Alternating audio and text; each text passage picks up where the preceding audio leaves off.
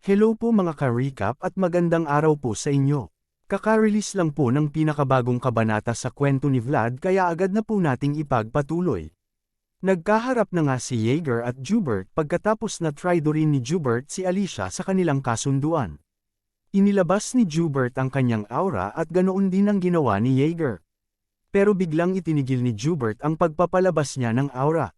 Sinabi niya sapat na itong babala sa kanya at naiintindihan niya. Mga swordsman nga daw ang tawag sa kanila pero sa katunayan lang ay hindi ito totoo. Mga aso lamang sila natatahol kapag sinabi ng amo nila. Kapag tapos na daw tumahol si Yeager ay pwede na siyang mag-enjoy sa kanyang araw ng pahinga. Kahit kaunting dugo lang daw ang damanak sa kanila ay isang deklarasyon na ng giyera laban sa pamilya Shazar. Pero habang nagsasalita si Jubert ay sinuntok siya ni Yeager sa mukha. Sinabi ni Yeager na mabait ang kanyang amo kaya kahit maliit na kagat lang ay papalampasin ni Joseph. Maswerte daw si Yeager, baka sapat na daw ang suntok na yon. Tanong ni Jubert, pero hindi pa. Sinuntok ulit ni Yeager si Jubert sa sikmura. Napaluhod at napabaluktot ito sa sakit. Sinabi ni Yeager na nasa isang industriya at trabaho lang sila kaya siguro naiintindihan niya. Siguro ay dapat sapat na ang ginawa niya saad naman ni Jubert. Pero para kay Yeager ay magkikita pa daw sila sa hinaharap dahil kulang pa itong pambayad sa pamamahiya at insulto na ginawa ni Jubert sa pamilya Bazid lalo na kay Joseph. Sinabi ni Jubert na siguro ay tama si Yeager at magkikita pa sila sa susunod o baka sa madaling panahon.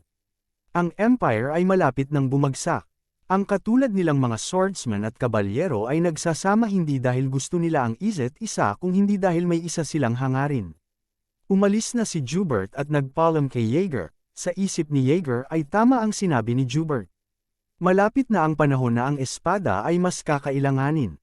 Sa labas ng mansyon sa itaas ng burol ay bumalik si Vlad. Sinabi ni Vlad sa boses na ang serpent ay baka kaibigan niya, subukan daw nitong kausapin. Pati ang boses ay di makapaniwala na nakilala pa siya ng isang spirit. Tingnan daw nila ulit sabi ni Vlad pero bilasin lang nila dahil baka maabutan sila ulit ni Alicia. Lumuhad at itinusok ni Vlad ang kanyang espada sa lupa.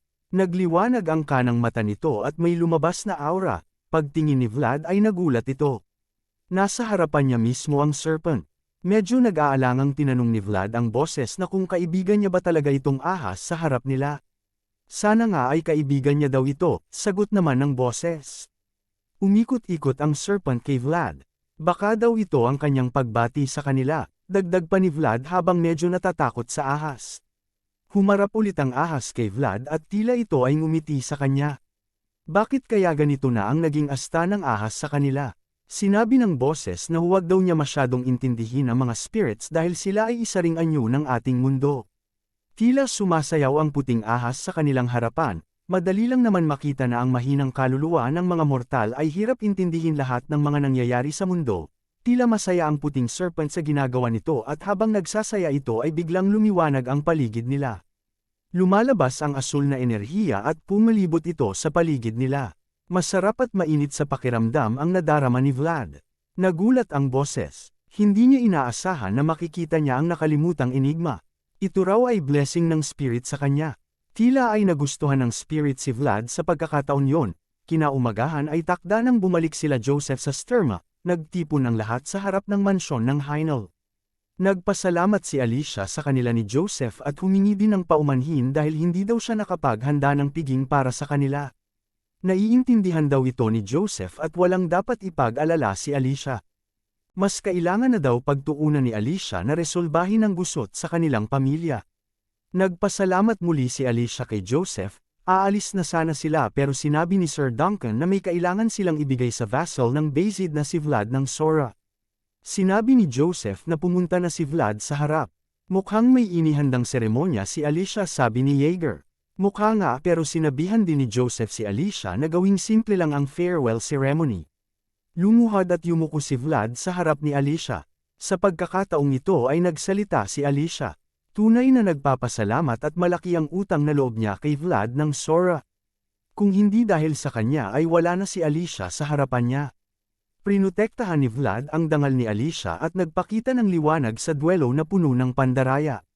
Walang katumbas na pasasalamat ang makakpantay dito. Dahil dito, Kahit hindi pa ganap na kabalyero si Vlad, ay ipinagkakatiwala ni Alicia ang kanyang pangalan kay Vlad simula sa araw na ito. Sa taong mas marangal pa sa isang kabalyero, inabot ni Alicia ang isang panyo kay Vlad. Sa isip ni Joseph ay matalino nga si Alicia. Ginawa ito ni Alicia para magkaroon ng patunay ang kanyang relasyon sa pamilya Bayzid sa pamamagitan ni Vlad. Nagpapakita nga si Alicia ng utang na loob pero ginagamit niya rin ito para sa kanyang kalamangan. Dahil si Vlad ay hindi sanay sa mga ganitong seremonya ay nalilito pa siya. Mukhang mahalaga ang panyong ito pero nag-aalangan siya kung tatanggapin ba niya ito, pero naalala niya na pinagalitan siya ni Yeager ng ilang araw dahil hindi nito tinanggap ang mani na inabot ni Rottiger sa kanya. Isang pag-alang daw ang tanggapin ng mga inaalok ng mga noble kaya dapat tanggapin niya ito. Kaya kinuha ni Vlad ang panyo sa mga kamay ni Alicia dahil ayaw niya na mapag-alitan ni Yeager. Nagpasalamat si Vlad kay Alicia pero nabigla ang lahat sa ginawa ni Vlad. Kahit si Joseph ay di makapaniwala, si Yeager naman ay napapikit na hindi alam ang gagawin. Sinabi ni Joseph na lumaki si Vlad sa eskinita kaya hindi nito alam ang tradisyon ng noble. Sinabi ni Duncan na hindi daw ito ang tamang paraan sa pagkuha ng panyo mula sa noble. Mayroong dalawang paraan sa pagpasa ng panyo galing sa isang babaeng noble. Una ay ang pagsabit nito sa dulo malapit sa hawakan ng espada. Ito ay tanda ng karangalan. Ang ikalawa naman ay ang pag-abot gamit ang kamay na sumasagisag sa pag-ibig. Namula si Alicia sa ginawa ni Vlad pero ang ating bida ay walang kamuwang-muwang. Ang mga tao sa paligid ay hindi din makapaniwala. Sinabi ni Vlad na gagamitin niya ito sa maayos, sa isip niya ay ano daw ang mali sa kanila ni Yeager at masama ang tingin nito sa kanya. Sa loob ng karwahe pabalik sa Sturma ay nag-usap si Vlad at Joseph. Matagal na panahon na nang makaramdam si Joseph ng konting hiya at naguguluhan pero inamin niya na may konting kasalanan din siya. Humingi ng patawad si Vlad pero sinigawan siya ni Yeager. Bago daw ito may tanggapin na bagay sa mga noble ay tumingin muna kay Yeager. Tatandaan daw ito ni Vlad. Pero binati ni Joseph si Vlad. Isang tao na kinikilala na si Vlad ng isang mataas na noble na si Lady Alicia. Ibig sabihin nito ay isa ng honorary knight si Vlad. Magkaroon kaya ng pag-iibigan sa kanila ni Vlad at Alicia? Paano naman si Zemina? Abangan natin ang mga mangyayari pa sa susunod na mga kabanata. Maraming salamat po sa panunood mga ka-recap. Please like our video and subscribe to our channel. See you soon mga ka-recap.